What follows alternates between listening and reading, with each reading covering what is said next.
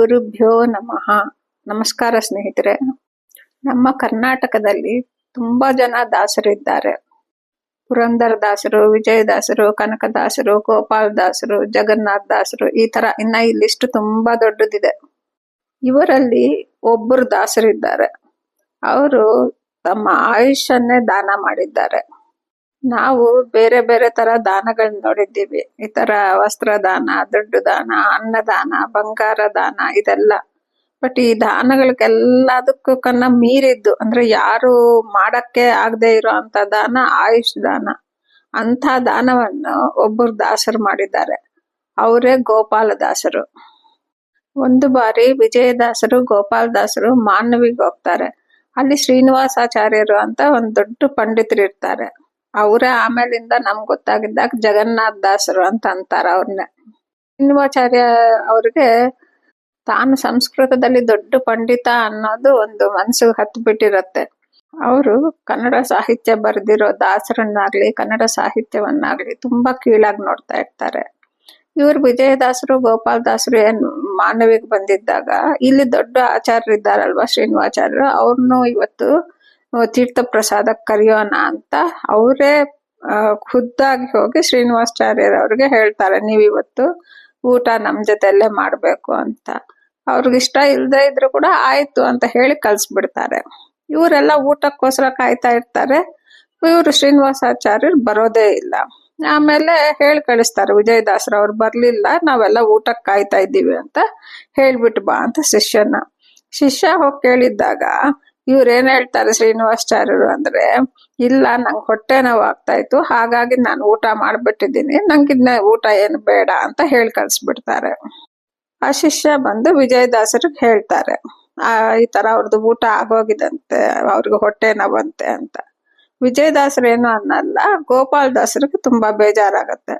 ಹೌದಾ, ಹೊಟ್ಟೆ ನೋವಿದ್ಯಾ, ಹಾಗೆ ಆಗ್ಲಿ ಅಂತ, ಹಾಗೆ ಆಗ್ಲಿ ಇನ್ ದ ಸೆನ್ಸ್ ಆಗ್ಲಿ ಅಂತಂದು ಬಿಡ್ತಾರೆ. 6ನೇ ಕ್ಷಣದಿಂದಾನೇ ಶ್ರೀನಿವಾಸಾಚಾರ್ಯ ಅವ್ರಿಗೆ ಹೊಟ್ಟೆ ನೋವು ಶುರು ಆಗ್ಬಿಡತ್ತೆ. ತುಂಬಾ ತೀವ್ರವಾಗಿ ಬರುತ್ತೆ ಹೊಟ್ಟೆ ನೋವು. ವೈದ್ಯರೆಲ್ಲ ಬಂದು ನೋಡ್ತಾರೆ, ಆದ್ರೂ ಏನೂ ಕಡಿಮೆ ಆಗಲ್ಲ. ಎಷ್ಟೊಂದ್ ದಿವಸ ಹೀಗೆ ನಡೆದೋಗ್ತಾ ಇರತ್ತೆ ಹೊಟ್ಟೆ ನೋವಲ್ಲೇ. ಆಮೇಲಿಂದ ಅವರು ತಿರುಪತಿಗೆ ಹೋಗ್ಬರ್ತಾರೆ, ಘಟಕಾಚಲಕ್ಕೆ ಹೋಗ್ಬರ್ತಾರೆ, ಮಂತ್ರಾಲಯಕ್ಕೆ ಹೋಗ್ತಾರೆ, ಎಲ್ಲಿ ಕಡಿಮೆ ಆಗೋದೇ ಇಲ್ಲ. ಆಮೇಲೆ ತುಂಬಾ ನಿರಾಶೆ ಆಗೋಗತ್ತೆ ಅವ್ರಿಗೆ, ಅಯ್ಯೋ ಹೊಟ್ಟೆ ನೋವು ಹೋಗ್ತಾನೆ ಇಲ್ವಲ್ಲ ಅಂತ. ಆವಾಗ ರಾಯರ್ ಒಂದ್ ದಿವಸ ಇವ್ರಿಗೆ ಶ್ರೀನಿವಾಸಾಚಾರ್ಯ ಅವ್ರಿಗೆ ಕನ್ಸಲ್ ಬಂದ್ಬಿಟ್ಟು, ಈ ತರ ವಿಜಯದಾಸರ ಹತ್ರ ಹೋಗಿ ನಿನ್ನ ಆಶೀರ್ವಾದ ತಗೋ ಅಂತ ಹೇಳ್ತಾರೆ. ಸರಿ ಅಂತ ಅಲ್ಲಿಂದ ಇವರು ಶ್ರೀನಿವಾಸಾಚಾರ್ಯರು ವಿಜಯದಾಸರ ಹತ್ರ ಬಂದು ಆಶೀರ್ವಾದ ತಗೊಂತಾರೆ. ಈ ತರ ಹೊಟ್ಟೆ ನೋವು ಸಮಾಚಾರ ಹೇಳಿದ್ದಾಗ ಅವ್ರಂತಾರೆ, ನೀನು ಗೋಪಾಲದಾಸರ ಹತ್ರ ಹೋಗಿ ಅಲ್ಲಿ ಸ್ವಲ್ಪ ದಿವಸ ಅವ್ರ ಜೊತೆಲಿರು, ನಿನ್ ಹೊಟ್ಟೆ ನೋವು ಸಮಸ್ಯೆ ಹೋಗತ್ತೆ ಅಂತಾರೆ.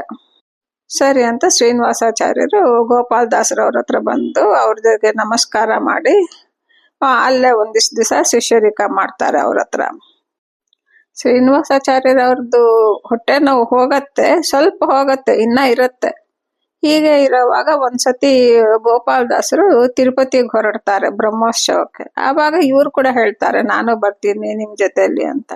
ಸರಿ ಅಂತ ಶ್ರೀನಿವಾಸಾಚಾರ್ಯರನ್ನು ಕೂಡ ಅವ್ರು ಕರ್ಕೊಂಡ್ ಬರ್ತಾರೆ ತಿರುಪತಿಗೆ. ಅಲ್ಲಿರೋವಾಗ ಒಂದ್ ದಿವಸ ರಾತ್ರಿ ಶ್ರೀನಿವಾಸಾಚಾರ್ಯ ಅವ್ರಿಗೆ ಹೊಟ್ಟೆ ನೋವು ತುಂಬಾ ಜಾಸ್ತಿ ಆಗ್ಬಿಡುತ್ತೆ. ಆವಾಗ ವಿಜಯದಾಸರು ಗೋಪಾಲದಾಸರು ಅವರು ಧ್ಯಾನದಲ್ಲಿ ಬಂದು ಹೇಳ್ತಾರೆ, ಶ್ರೀನಿವಾಸಾಚಾರ್ಯರಿಂದ ಹರಿ ಕೆಲಸ ಆಗ್ಬೇಕಾಗಿದೆ, ಹಾಗಾಗಿ ನಿನ್ನ ಆಯುಷನ್ನ ಶ್ರೀನಿವಾಸಾಚಾರ್ಯ ಅವ್ರಿಗೆ ದಾನ ಮಾಡೋದಿದೆ ಅಂತ ಹೇಳ್ತಾರೆ. ಗುರು ಆಜ್ಞೆ ಅಂತಾನೆ ಗೋಪಾಲದಾಸರು ಒಂದ್ ಎಳ್ಳು ಕಾಳಷ್ಟು ಕೂಡ ಬೇಜಾರು ಮಾಡ್ಕೊಳ್ದೆ ತನ್ನ 40 ವರ್ಷದ ಆಯುಷನ್ನ ಶ್ರೀನಿವಾಸಾಚಾರ್ಯ ಅವ್ರಿಗೆ ದಾನ ಮಾಡ್ತಾರೆ. ಈ ಶ್ರೀನಿವಾಸಾಚಾರ್ಯರೇ ಆಮೇಲಿಂದ ದಾಸರಾದ್ಮೇಲೆ ಹರಿಕಥಾಮೃತ ಸಾರ ಬರೀತಾರೆ. ಯಾರಾದ್ರೂ ಜನರಲ್ ಆಗಿ ಒಂದು ದಿನ ಆಯುಷ್ ಕೊಡ್ಬೇಕು ಬೇರೆಯವ್ರಿಗೆ ಅಂದ್ರೆ ನಮ್ಗೆ ಕೊಡಕ್ಕಾಗತ್ತ ಸ್ನೇಹಿತರೆ? ಎಷ್ಟು ಕಷ್ಟ, ಒಂಥರ ಇಮ್ಯಾಜಿನ್ ಮಾಡ್ಕೊಳಕ್ಕೆ ಆಗಲ್ಲ.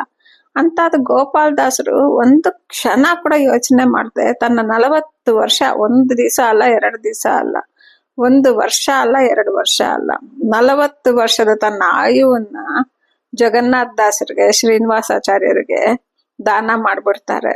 ನಂಗಂತೂ ತುಂಬಾ ಖುಷಿ ಆಗೋಯ್ತು ಈ ಕಥೆಯನ್ನು ಕೇಳಿದ್ಮೇಲೆ. ಇವತ್ತು ಗೋಪಾಲ್ ದಾಸರವ್ರದ್ದು ಉತ್ತರಾರಾಧನೆ ಅಲ್ವಾ, ಹಾಗಾಗಿ ತಮ್ಮೆಲ್ಲರ ಜೊತೆಲೂ ಹಂಚ್ಕೋಬೇಕನ್ನಿಸ್ತು. ಹಾಗಾಗಿ ಈ ವಿಡಿಯೋ. ಧನ್ಯವಾದಗಳು ಸ್ನೇಹಿತರೆ. ಈ ವಿಡಿಯೋ ಇಷ್ಟ ಆಗಿದ್ದಲ್ಲಿ ಲೈಕ್ ಮಾಡಿ, ಶೇರ್ ಮಾಡಿ ಮತ್ತು ಸಬ್ಸ್ಕ್ರೈಬ್ ಮಾಡಿ. ಧನ್ಯವಾದಗಳು.